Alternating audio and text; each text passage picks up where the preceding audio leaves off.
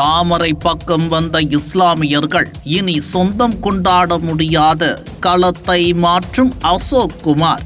India முழுக்க பாஜகவுக்கு எதிரான சித்தாந்தம் கொண்ட கட்சிகள் அனைத்தும் சிறுபான்மையினருக்கு ஆதரவான கட்சிகள் என்றும், பாஜக சிறுபான்மையினருக்கு எதிரானவர்கள் என்று ஒரு தோற்றத்தை உருவாக்கி அவர்களை வாக்கு வங்கியாக மட்டுமே பயன்படுத்தி வருகின்றனர். இந்த நிலையில் இந்த பிம்பம் தற்போது உடைக்கப்பட்டு கும்பகோணத்தில் இஸ்லாமியர்கள் தாமரைக்கு ஆதரவு அளிக்க தொடங்கியுள்ளனர். ஆன்மீக தலமான கும்பகோணத்தை திமுக தனது கோட்டையாக வைத்து வருகிறது. கடந்த 15 ஆண்டுகளாக திமுகவை சார்ந்த சாக்கோட்டை அன்பழகன் வெற்றி பெற்று உள்ளார். தொகுதியை பொறுத்தவரை ஒரு மேம்பாட்டு வளர்ச்சியும் மேற்கொள்ளவில்லை. பல கோவில்களின் கோபுரத்திற்கு தற்போது வரை பராமரிப்பு செய்யவில்லை. மாறாக தன் குடும்பத்திற்கு சொத்து சேர்க்க வேண்டும், எப்படி ஊழல் செய்ய வேண்டும் என்ற நோக்கத்தில் மட்டுமே இருப்பதாக அவர் மீது குற்றம் சாட்டப்பட்டுள்ளது. இதனால் எந்த ஒரு மத மக்களுக்கும் நன்மை செய்யாமல் அன்பழகன் இருக்கும் நிலையில் கும்பகோணத்தில் இருக்கும் இஸ்லாமியர்கள் பெருவாரியாக தேசிய ஜனநாயக கூட்டணியில் தாமரை சின்னத்தில் போட்டியிடும் அசோக் குமாருக்கு வாக்களிப்பதாகவும் அவரை வெற்றி பெற வைப்போம்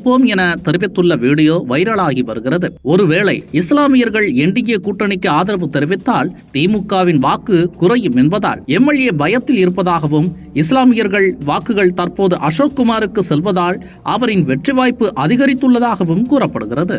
அசோக் குமார் அவங்க எங்கள் ஊர் பக்கத்து ஊருக்காரங்க தான். அவங்க காங்கிரஸ் வந்தவங்க. இப்போ தாம்பரம் சின்னத்தில் போட்டிடுறாங்க. கொரோனா காலகட்டத்தில் கூட எங்களுக்கு எந்த தொய்வு இல்லாமல், உணவு தட்டுப்பாடு இல்லாமல், மருத்துவ தட்டுப்பாடு இல்லாமல் தேவையான உதவிகளை தமிழக அரசாக இருந்த எடப்பாடியார் அவர்கள் மிக சிறப்பாக துல்லியமாக செயல்படுத்தி பல உயிரை காக்கப்பட்டார்.